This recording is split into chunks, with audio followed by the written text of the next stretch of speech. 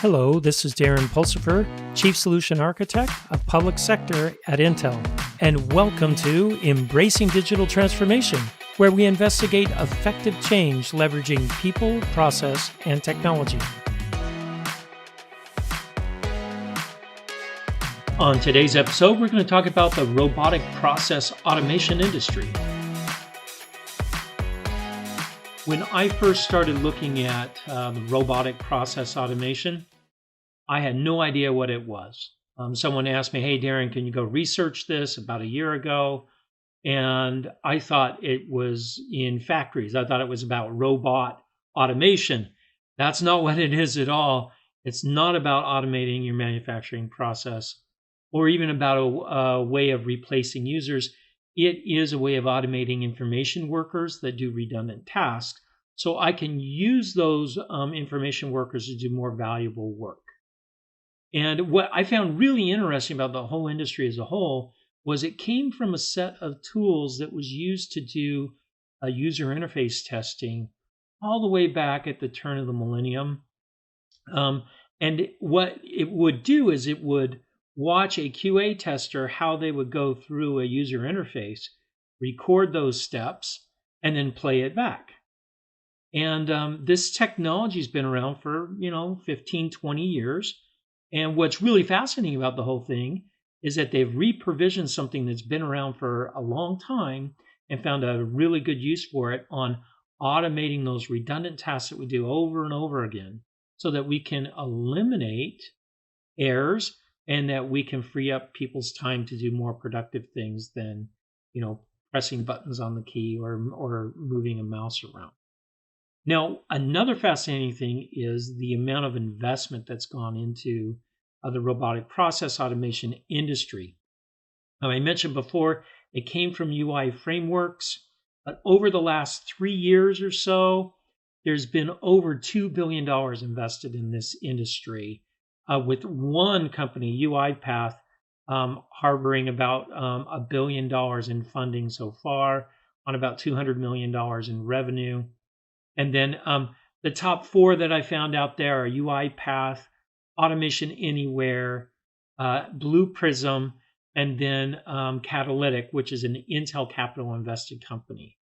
And all these guys have different approaches to addressing the same problem, which is how can I automate processes that are done manually today from the information worker? And there's some really interesting approaches. We'll talk about them and kind of a little bit of the differences between these companies. I love the small, scrappy startup. They can move quickly, and their approaches are a little bit different because they're not taking technology that they've had before and reprovisioning it. So there's some benefit to both sides, which will be interesting to see how this works out over time. But let's talk first about the different modes of operations of what we call RPAs. You'll hear that term, robotic process automation. If you didn't know what it is, you do now. Now, there's two different types of RPAs out there, very generalized. One we call attended and one unattended, and they're exactly how they sound. Attended RPAs, they handle tasks for individual employees. Employees trigger certain things. They'll maybe run a set of steps for them, and then the employee can carry on the activity afterwards. Typically, an employee will trigger the bot to do something. They see something they recognize. They say, hey, I know I do this all the time. Click, do these 5 steps across multiple applications. Very great tool for in improving performance, improving accuracy of information workers. You can imagine most of the companies that are excited about RPAs are where you have a lot of information workers. We see it in financial, we see it in healthcare, anything where there's a lot of patient record or customer record keeping that has to go on. Now that's the attended side. On the unattended side, this is where I can automate back office types of processes that were done manually before, but I can do it at scale. They're provisioned with back-end rules, and they're based on interaction between processes, interaction interactions between applications in those processes. And the bots really kind of complete any business processes without human interaction.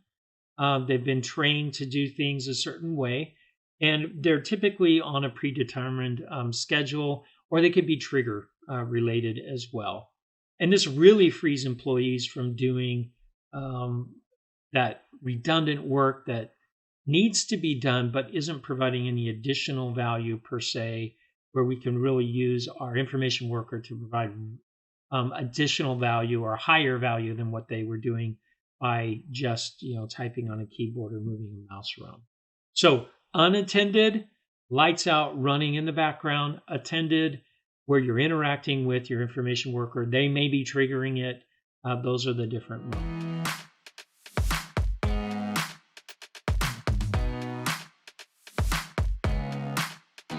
Now let's take a look at, where do RPAs fit inside my data center, inside the way that I want to do things. So if I look at the landscape today we've got a multi-hybrid cloud landscape. So I have private clouds, I have legacy infrastructure and applications. Maybe it's running on a mainframe, or maybe it's running on a machine that no one knows, if I turn this off, what's going to happen to the company. We never have any of those. And I also have things running up in the public cloud as well. Now, typically when we talk about these sorts of things, we're talking about IT and product development teams, right? My dev teams. We're going to have the information worker in here too. Now, let's take a look as my application developers are developing new applications inside my business, right? Custom applications, or maybe they're configuring a commercial, common off-the-shelf product, but it's configured with different screens or process flows or whatever. Now I have the information worker, the person using these tools. Let's look at the interaction between the information worker, IT, and this product developer guy, right? So my product development team over here, they may be releasing new products that run on my legacy applications in the public cloud or in the private cloud. And they're going to communicate to the information worker, hey, here's a new field that I added on this screen. Make sure you pay attention to it when you're doing things. So they send out a email, maybe they have a training session, or maybe they don't tell anyone at all, which happens quite a bit sometimes, where they've made a change. Maybe it's a different drop down now on a form that's different, added more fields, whatever it may be. So that's your application developer. Your IT guy, what is he responsible for? Making sure everyone's happy, right? Information worker will come to him and say, hey, it's not working the way it used to work, or is supposed to work, or my machine is down, or I need better access because I'm working from home now, whatever the case may be. The IT guy, he has to manage the private cloud, the public cloud, the legacy, make sure everything's up and running. Everyone has the proper access, so on and so forth. So it's a very complex way that everything kind of works together. Now, if we kind of look at just the interaction between some of these guys, you're going to find something really interesting.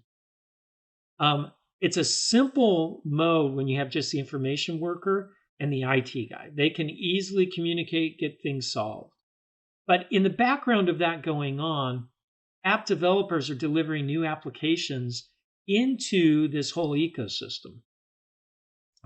Like I said before, it could be a change in a form. It could be a change in a field in a form.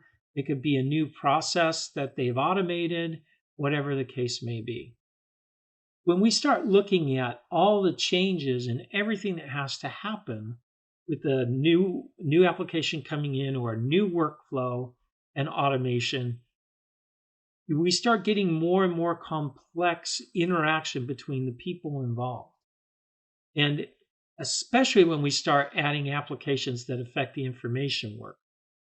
Just the coordination between these three groups of people, and this is a simplified version of it, can be really, really difficult. In fact, when there's actually a great formula out there that looks at computational complexity when you have this type of interaction. So It's really simple. I know it looks complicated, but the numbers are astronomical. As the number of applications increase, as I develop new applications that an information worker has to use, um, the complexity increases.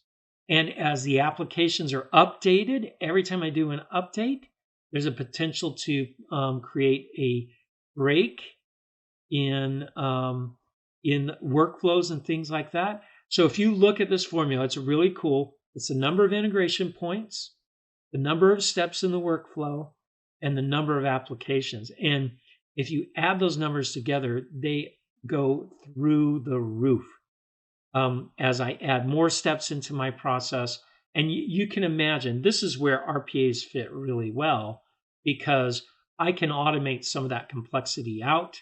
It's handled for me. Also, if something is changed and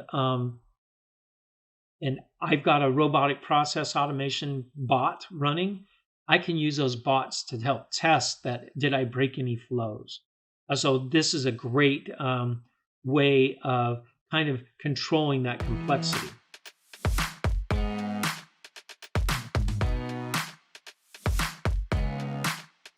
So, and this is where we've got to really look at, all right, now I've got this, now I've got to do this in a secure way. So you saw all those arrows going everywhere. Now I need a common way of automating these processes and workflows in a secure manner. Now RPAs puts me right into that place. It gives me a common way of describing interaction between applications that are really from the user's perspective, the information worker's perspective. So if I were to drop all of this into an architecture that we've talked about before on the program, which is that multi-hybrid cloud architecture, I can see where my RPAs fit in that kind of architecture. My RPA, ideally, we don't want our RPA just hard-coded to specific machines. We would love it to go through this hybrid orchestrator. So because the hybrid orchestrator is going to know where applications are residing, it can establish secure domains for running things, both attended and unattended. So where the RPAs fit is kind of on the top of that multi-hybrid cloud, so that now I really don't care where the RPAs run, just that they're running with the applications that I'm needing in the right secure context. Now, a good way to think about it, when we've talked about multi-hybrid cloud before, a multi-hybrid cloud is really made up of 3 different types of tool sets that have been integrated together. And I talk about cloud management platforms as being one of those tool sets, automation frameworks, and then the third one is service catalogs and PaaS type of solutions. On the automation frameworks, we're seeing not just the DevOps tools where most automation frameworks have come from, but now we're seeing this big push with RPAs. So now we're talking about process automation, workflow automation, where with DevOps, we're talking about primarily provisioning of machines, provisioning of application deployments. RPAs is at that next layer above, talking about how applications interact with each other and with the information worker have. But we can take some of the same concepts that we learned in DevOps and apply those to the RPA tool industry as well. Because right now, the RPA tool industry, although it's been around, the underlying frameworks have been around for some time, the RPA tools are still nascent. They're still growing up. And how do I inject those into the enterprise? So let's take a look at some of the learnings that we've had from the past. One thing that we could do with RPAs is treat them like a complex service that's running in the hybrid cloud. Now, a complex service has more than one application or more than one microservice, as people like to call them, running at a time. The difference between RPA complex services is that these services are not really microservices as much as macro services. They're full-blown applications that are running, right? But I still kind of want to treat them the same. But because in order to run a bot, I need certain applications, that have been logged in as the proper user. And I need to be able to pass data in between those applications sometimes. Sometimes I'm grabbing a field from one application and injecting it into another application. So I need some context around that bot. Not just the workflows, but I need to make sure that I have all the tools installed with the proper credentials and all that going on. I also need to make sure that they have the right connectivity, that they're in the right secure domain, that they can talk to each other, that ports are opened appropriately. This could be a really interesting way of looking at it. So in this example here, I've got a bundle for my RPA bot, where my bot is in there. I have maybe Excel that's running in a VDI session, and I have a web app as well. And if I bundle these together, then I can deploy this bot in an unattended and even an attended fashion for a worker to work on. So they can say, hey, I want to deploy that bundle, that complex service, deploy it.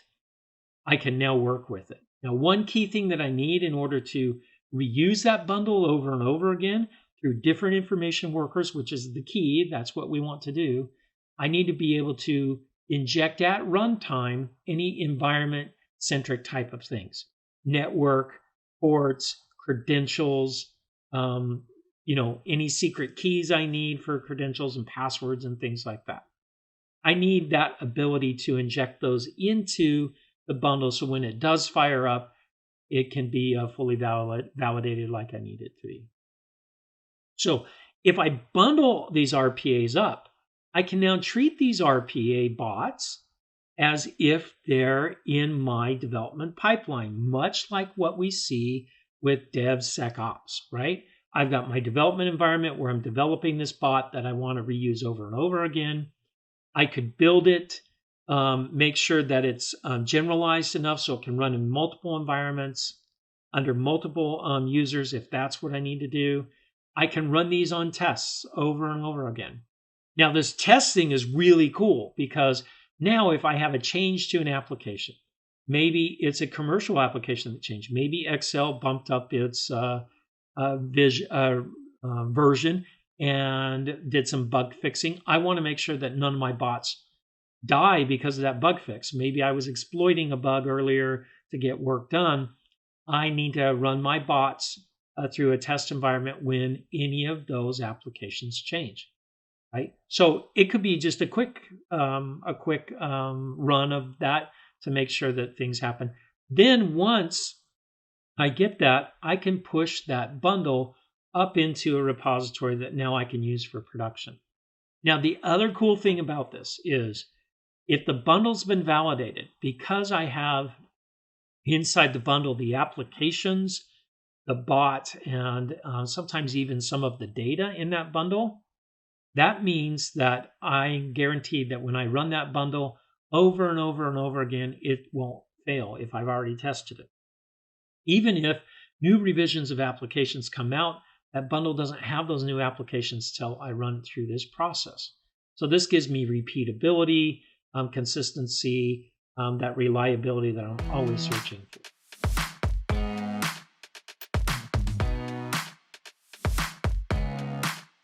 So let's take a look at some of the problems with RPA bots.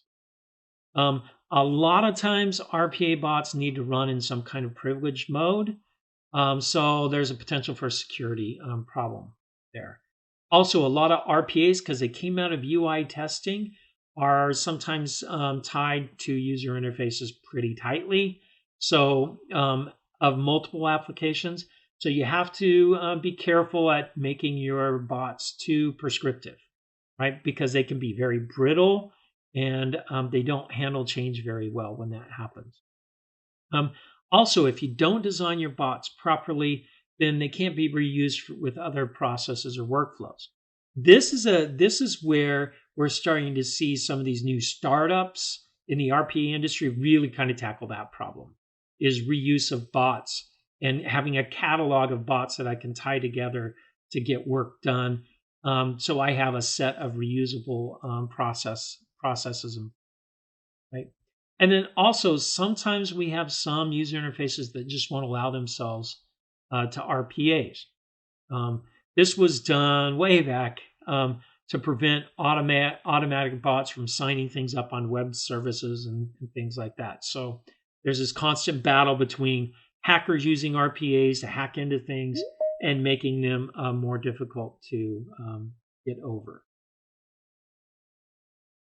Now, we're starting to see these RPA companies get really smart about using AI inference to find things on the screen and to make things more flexible, right? So not all processes are easy to automate. Some of them have dynamic user interfaces. Some of them have different security authorization challenges. They're a lot of times tied to employee credentials. So AI can help me overcome some of those things by having things a little bit more fuzzy. I don't have to be as prescriptive. It can be self-learning and but guided from the information worker. So now instead of having really complex programming behind it to make them flexible, I can put some AI training and inference on there and watch an information worker work and then make suggestions for automation and process optimization. So we're starting to see AI be used in several different areas here. It'll be interesting to watch how this unfolds over the years. Now, another thing that I always tell people, look, I always see, and this is Darren's personal preference here, I see RPAs as a stopgap measure to quickly automate some things, because in the ideal world, what you would really love to see is getting rid of applications, getting rid of steps in your process, and having a more integrated solution between different applications. But because things can be legacy where there isn't a very well-defined API, or because of time and money, an RPA can really fit in well there. But I always tell people, have a plan to end of life your RPA over a certain period of time. If you don't, then what you do is you get stuck with a legacy application that you're just ingraining even more, and it may be highly inefficient. And what it will also do is it will solidify your processes, which sometimes can lead to having legacy processes that aren't providing any real value to the company and to your end users. So now I've locked in a legacy process because, I have it automated. And people, because something is automated, they sometimes don't look at optimizing that process again. So I always tell people, have a plan for end of life. Look at replacing your RPA bots with an integration or tool or some patterns on integrating, because that will work much better than an RPA, a real good integration.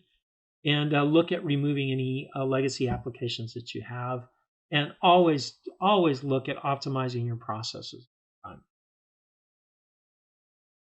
So another thing that I would say, if you are using RPAs, really establish a good SecDevOps process around it. Run those complex services, run your RPAs as complex services where you're bundling everything together so it's easily to deploy. I can run it through workflows, so I have some QA. I have some reusability by putting them in production repositories that I can reuse over and over again. I tend to tell people, don't go with that global credential that every RPA runs under. Have the ability to inject security into those bundles so that I can authorize those bundles at runtime. You don't want a global credential. If you can get away from doing that, that's a better way to go. I would also avoid having an authorization or secure key for every type of bot that you have. It's just going to run amok. Just managing all those security credentials that you have. And then also remember, have a plan on what are your goals for this RPA. Is it there temporary? Is it there for long term? have some end of life plan for it, whether it's in 3 months or 10 years, whatever it is, but have a plan. Don't just say, this is going to fix everything, because it won't. It will actually prolong your migration to a digital transformation. And that's what we're always looking for. So to me, RPAs are here. They're exciting. They can do a lot of really good in your organization. Make sure you're using the tool for the right things, and make sure that you have a plan on how to use these tools in the future. Thanks for listening to Embracing Digital Transformation today. If you liked our episode, go ahead and give us 5 stars on your favorite podcast or video streaming site. You can also find out more on embracingdigital.com. Until next time, keep moving forward and embrace the digital revolution.